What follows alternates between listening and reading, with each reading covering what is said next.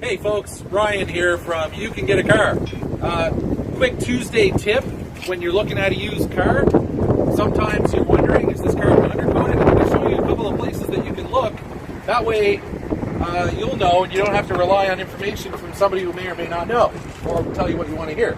So if you can bring the camera over here, if you notice, there are yellow spots around the screws and any unpainted materials.